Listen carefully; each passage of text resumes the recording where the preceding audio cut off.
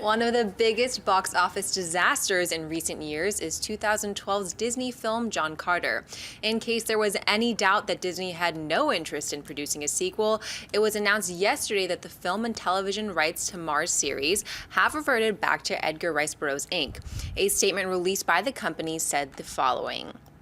John Carter of Mars was the creative stimulus behind such movie classics as Superman, Star Wars, and Avatar. Edgar Rice Burroughs was the master of adventure, and his literary works continue to enjoy a worldwide following. We will be seeking a new partner to develop new adventures on film, as chronicled in the 11 Mars novels Burroughs wrote.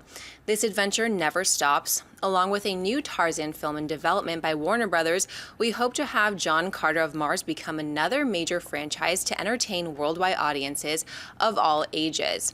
Alicia, can John Carter of Mars be a successful film franchise at another studio at this point? I don't know. It's tough to say because the original material is obviously so rich. I mean, it inspired Star Wars and Avatar, like Ashley said. It's just hard. With John Carter, I felt like it's hard not to make it feel derivative because it's been mined so much, even though it is the original source material. And I don't think the marketing helped so much, and so it was a huge box office bomb. I think it was made for $250 million reportedly, and then only made about $280 million, so it just barely made its production budget back. But I don't know, there's good stuff in there, but I don't know if anyone will want to take a risk on it. But the estate obviously wants it to get out there and have it done properly. Steve, I remember you and I saw it together in Arizona. Isn't that where we saw it? Anyway, your thoughts. I have a lot to say on this. Here we go. Give it to him. Okay, first, John Carter is not a box office bomb. It is a box office bomb is a movie that costs $100 million to make and makes $20 million at the box office. The reason people call it a bomb is that it didn't make the money that Disney expected, but it almost made... It's a lot of money to make the movie. That's the problem. See, it's not a bomb because it made $283 million worldwide. That is sorry for the line. Oh, I was about to drop it. Don't do that. It made a crap load of money. The problem with John Carter is it cost a crap load to make. Yes, if John Carter had been made for $100 million, it would have sequels right now. But because the film cost so much, that's the big problem. Now, Andrew Stanton did a fantastic job with the material. And he loved the books too. Passionately. I got to be honest, I loved the movie. I really did. I'm so sad it didn't get a sequel. I think that John Carter has an audience. I would love to see it as a 10-episode Game of Thrones type show on HBO, you know, John Carter, Mars, Earth, whatever. I could totally see sequels as long as they're being done at a responsible budget. But as I said, it really irks me. So many people call it a bomb, and it's not a bomb. It just didn't make the money they needed it to make. Again, $300 million is... Yeah, well, exactly. That was the big problem. But again, I don't know how you felt about it. I thought it was fantastic. Andrew Stanton did a great job. I would love to see him make a sequel at a lower budget. But yeah, I totally think that there's an audience for it, especially with how much money it made and how many people grew up with it, watching it, reading about it. You know. Yeah, I think, I mean, I'm with you. I'm so glad to hear you say, I loved John Carter. I thought it was wonderful, pure sci-fi. You know, not often I come out of the theater, even sci-fi movies, where I think, that was just great sci-fi. It just felt like the classic notion of sci-fi. I thought Stanton, like you said, did a great job with it. I like the performances in it. I don't see where $250 million went. Necessarily. It's an expensive movie, sure. They reshot it a bunch. Yeah, there was a whole bunch of stuff that went in there. They did the Pixar method of reshooting and reshooting, which doesn't work in live action. Yeah, or not nearly as well, at any rate.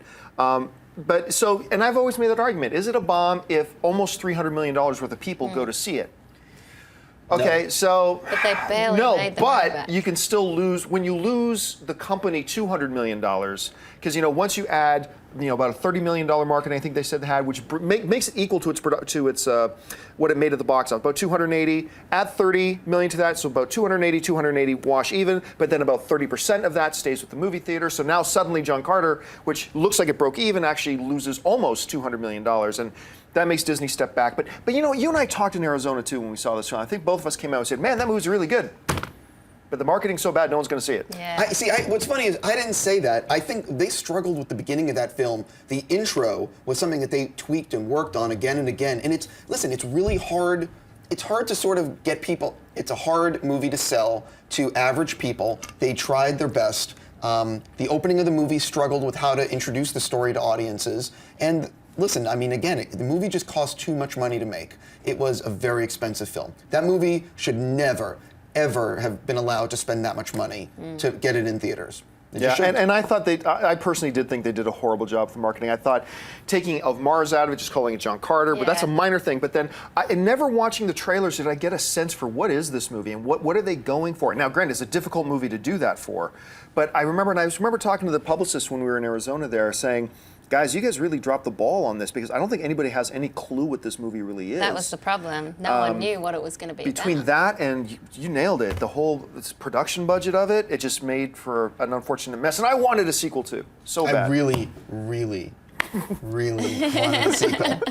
Listen, I am happy though that the rights have gone back because it means someone who's passionate about the material can hopefully take it on, or even Andrew Stanton can come back, and because he loves that universe and world. But the question is, will he get even $100 million to make a sequel? Oh, and is he going to venture from the safe walls, not safe walls, but from the wonderful walls of Pixar to do something like that? I'm not sure. I mean, look, I hope something happens, but I don't know what it'll be. All right. Hey everyone, if you liked this video, click that thumbs up button and make sure to subscribe to our AMC Movie News YouTube channel.